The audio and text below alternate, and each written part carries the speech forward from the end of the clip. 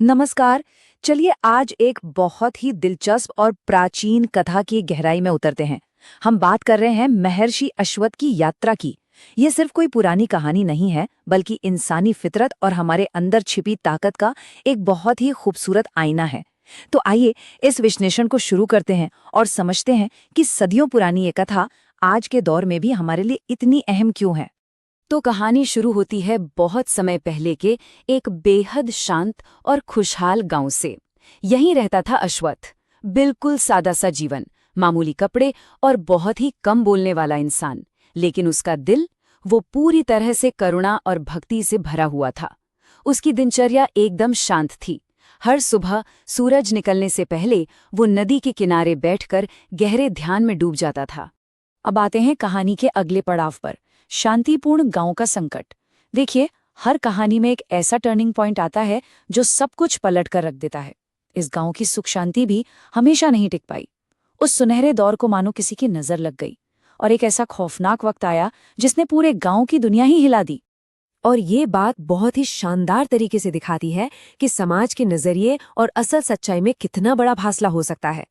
एक तरफ गांव वाले अश्वत्थ को बस एक गरीब और सीधा साधा किसान ही समझते थे, लेकिन असलियत तो कुछ और ही थी। सच तो ये है कि उसकी आत्मा असाधारण थी, जो गहरे निस्वार्थ प्रेम और सच्चाई से भरी हुई थी। अश्वत्थ की माँ अक्सर उससे एक बहुत ही गहरी बात कहती थी, बेटा, जिसके मन में सत्य हो उसके साथ स्वयं ईश्वर चलते हैं। जरा सोचिए, ये सिर्फ एक वाक्य नहीं है, ये तो वो मजबूत नींव थी, वो अटूट विश्वास था जिसने अश्वत्थ को आगे आने वाले भयानक अंधकार और मुश्किल वक्त से टकराने की गजब की हिम्मत दी। और फिर वो भयानक समय आ ही गया। गांव में एक ऐसा भयंकर सूखा पड़ा जिसने सब कुछ तबाह कर दिया। नदियां पूरी तरह सूख गईं, लहलहाते खेत बंजर हो गए और बेजुबान जानवर जान गंवाने लगे। लोगों के चेहरों से मुस्कान तो जैसे गायब ही हो गई। डर इतना फैल गया कि गांव के पंडितों तक ने मान लिया कि शायद देवता उनसे रूठ गए हैं। चारों तरफ बस एक घोर निराशा छाई हुई थी। लेकिन तभी शुरुआत होती है एक असाधारण यात्रा की। उस खौफ और मातम भरे माहौल के बीच गांव में एक रहस्यमयी वृद्ध साधु पधारे। उनके चेहरे पर गजब की शांति और आंखों में एक अलग ही चमक थी। उन्होंने उस डरे हुए गांव में उम्मीद की एक छोटी सी किरण जगाई। साधु ने भीड़ की तरफ देखते हुए बहुत ही स्पष्ट शब्दों में कहा, इस संकट को सिर्फ वही खत्म कर सकता है जिसके भीतर सच्चा त्याग, सत्य और निस्वार्थ प्रेम हो। और ये कहते ही उनकी नजरें सीधे अश्वत्थ पर आकर टिक गईं।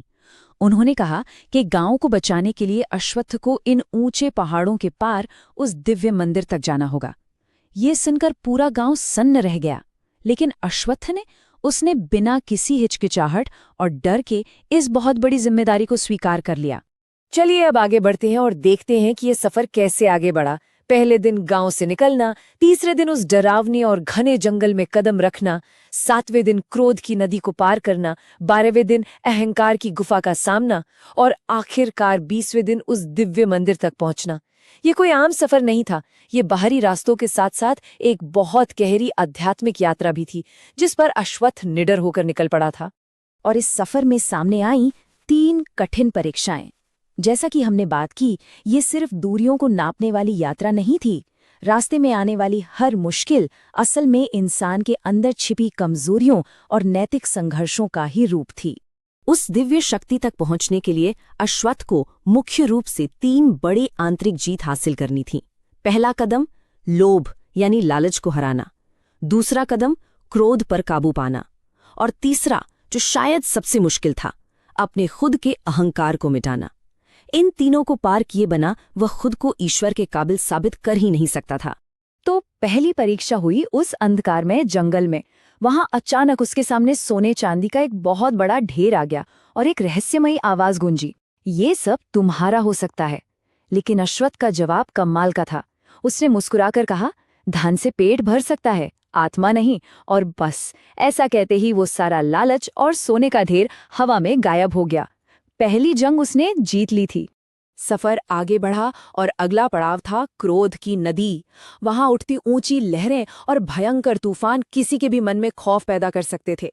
अश्वत्थ के भीतर भी डर और गुस्सा बढ़ने लगा था, लेकिन ऐन उसी पल उसे अपनी माँ की वो अनमोल बात याद आ गई। जिसने स्वयं को जीत लिया वही संसार जीतता है। इन शब्दों ने एक जादू सा कर दिया। जैसे ही अश्वत्थ ने अपने मन को शांत किया, वो डरावनी और उफनती नदी भी देखते ही देखते एकदम शांत हो गई। अब इस हिस्से के बारे में जो सबसे दिलचस्प बात है वो ये है कि अहंकार हमेशा बहुत चालाकी से वार करता है। तीसरी परीक्षा एक गुफा में थी।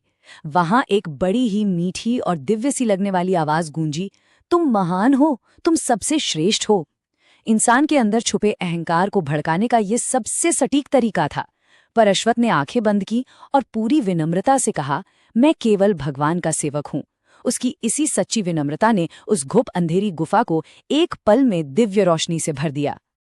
और फिर आता है हमारी कथा का वो सबसे अहम पड़ाव, दिव्य मंदिर का प्रकाश। कई दिनों के इस बेहद कठिन सफर के बाद अश्वत्थ आखिरकार पहाड़ों के बीच बने उस प्राचीन मंदिर तक पहुंच ही गया। वहां का माहौल एकदम अलग था। चारों ओर एक बहुत ही सुकून देने वाली रोशनी फैली थी और हवा में सिर्फ घंटियों की मधुर और पवित्र ध्वनि गूंज रही थी। मंदिर के अंदर कदम रखते ही वही दिव्य आवाज दोबारा सुनाई दी, अश्वत्थ, तुमने अपने भीतर के लोभ, क्रोध और अहंकार को जीत लिया है। यही सच्ची विजय है। इस बात ने ये पूरी तरह साफ कर दिया कि वो जो बाहर जंगलों और नदियों से लड़ रहा था, दरअसल वो लड़ाई खुद के मन पर काबू पाने की थी।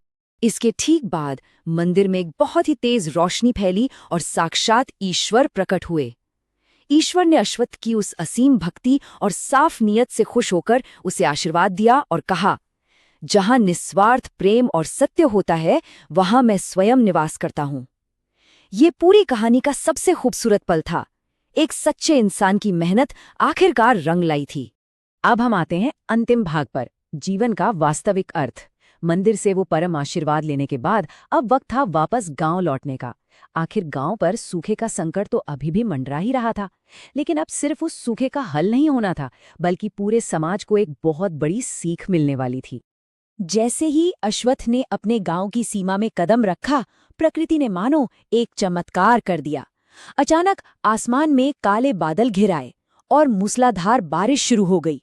महीनों से जो जमीन बिल्कुल सूखकर बंजर हो चुकी थी, वो फिर से हरी भरी हो गई।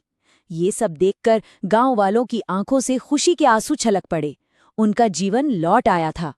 तो इस पूरी कहानी का सबसे अहम पहलू ये है कि गांव वालों को असल महानता का फर्क समझ आ गया। झूठी महानता वो होती है जहां हम सिर्फ पैसे या ताकत का दिखावा करते हैं, लेकिन सच्ची महानता वो हमेशा हमारे अंदर की करुणा, सच्चाई और हमारे पक्के विश्वास से जन्म लेती है।